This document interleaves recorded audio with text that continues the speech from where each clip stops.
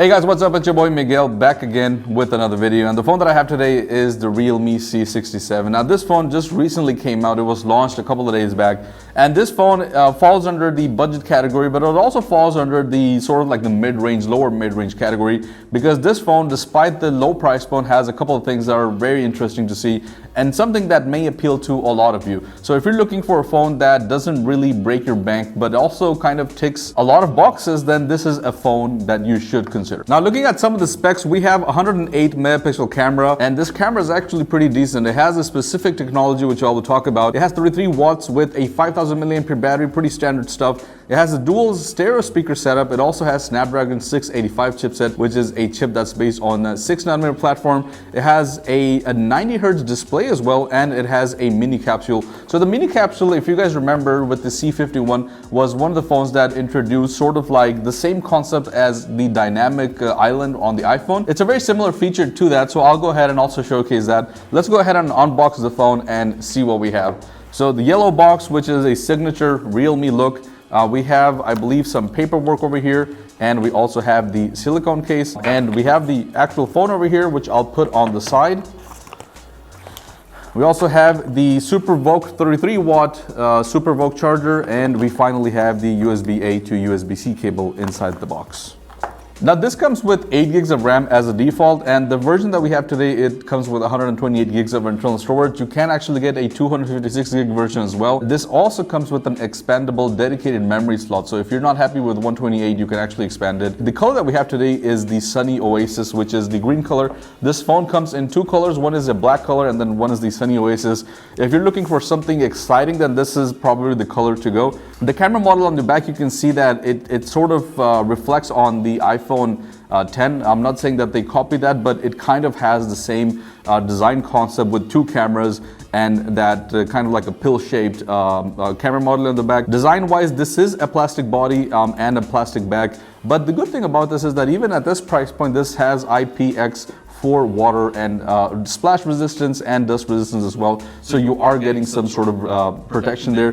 One of the speakers is available over here, and then we have another speaker down here. We have the USB-C port, and we have the 3.5mm audio jack, which is not something that we see every day, although we don't get any headphones inside the box. And then we also have the SIM tray over here, which is capable of supporting 2 SIMs as well as a dedicated memory card. On this side, we have the volume rocker button and also the power button. Display-wise, this is a 6.72-inch LCD IPS display. Yes, I know that that's kind of not the best that you get in the market, but at this price point, I really don't have any complaints, and it was kind of expected. Nevertheless, we do have a 90 Hz refresh rate display over here, so you can toggle between 60 and 90. You can put it on auto as well, and it will then change it accordingly, or you can put it at 60 at all times if you want to save battery. This comes with around 800 nits of brightness, so again, it's not really the maximum, but I really don't have anything to complain because of the price point. One thing that I wanted to specifically mention about the design of this phone is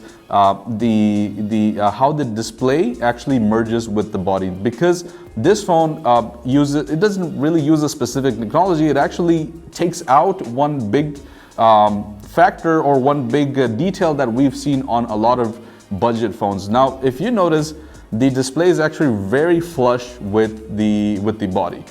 There's not a bump. There's really no plastic frame. Budget phones, normally you'll see a plastic frame around the display, which kind of gives you that little bit of a bump. But this Realme is probably one of the first phones that come with this price point that does not have that plastic frame, and this kind of is something that you only get to see with flagship devices. The removal of that plastic frame kind of improves the aesthetic of the phone. It makes it feel more premium as well. So I'm really happy that they did that. If we talk about the performance, this comes with Snapdragon's 685 chipset, which is based on a 6nm platform, and this comes with 8 gigs of RAM, but it has the option to increase that RAM by 16 gigs as well. So it has dynamic RAM where it can borrow some of the memory to include it in the RAM if it's needed. And the score that we got on Antutu was 301,485 points, which is it's not bad, but it's not the slowest either. It's just kind of in the middle. So I mean, again, looking at the price point, it's not bad in my opinion.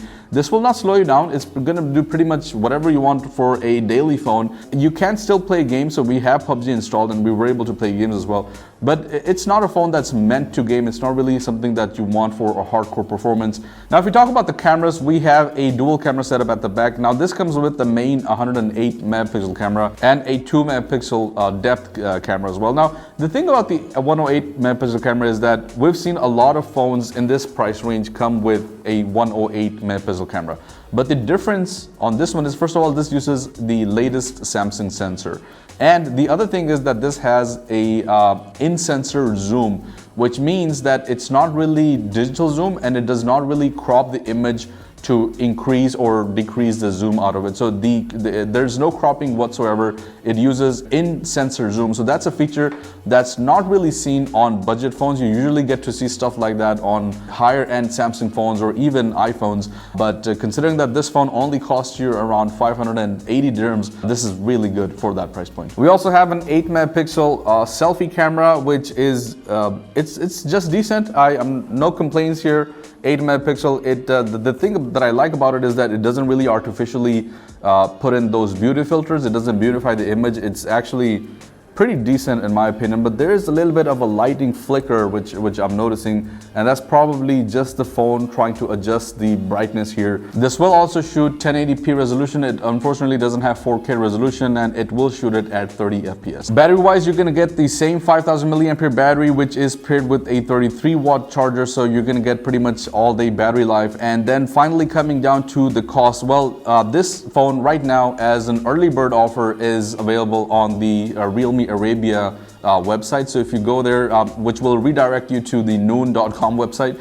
So this is officially available from Noon. You can get it for 579 dirhams. That's the early bird offer if you go ahead and buy it right now. This phone normally will cost you, I believe, around 699 dirhams. But for 580 dirhams, this is not really a bad option. And I'm talking about the 256 gig version. This is the 128 version, which will probably come at a slightly cheaper price point. So 579 dirhams, not bad in my opinion. I think this is a very worth it phone. If you are looking for something that you don't want to really spend more than 600 dirhams, want to stay within that 500 dirham range, then this is a phone that you should seriously be considering, because not only does it look pretty, but it pretty much does everything that you want out of an everyday phone. I'm someone that really admires these phones because expensive phones, you can expect the best from the best, but out of a cheap phone, if you're getting value, then that's something that I will really root for, which is why I'm always reviewing these type of phones, because I'm very interested to see what package or what kind of details you'll get in a smaller package or a budget phone. So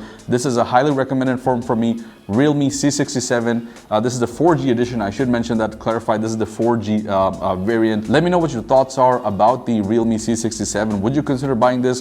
What is the feature that you like the most, or what is something that you don't like about this phone? Let me know down in the comments below. Thank you so much for watching, and I'll see you guys in the next one. Peace out.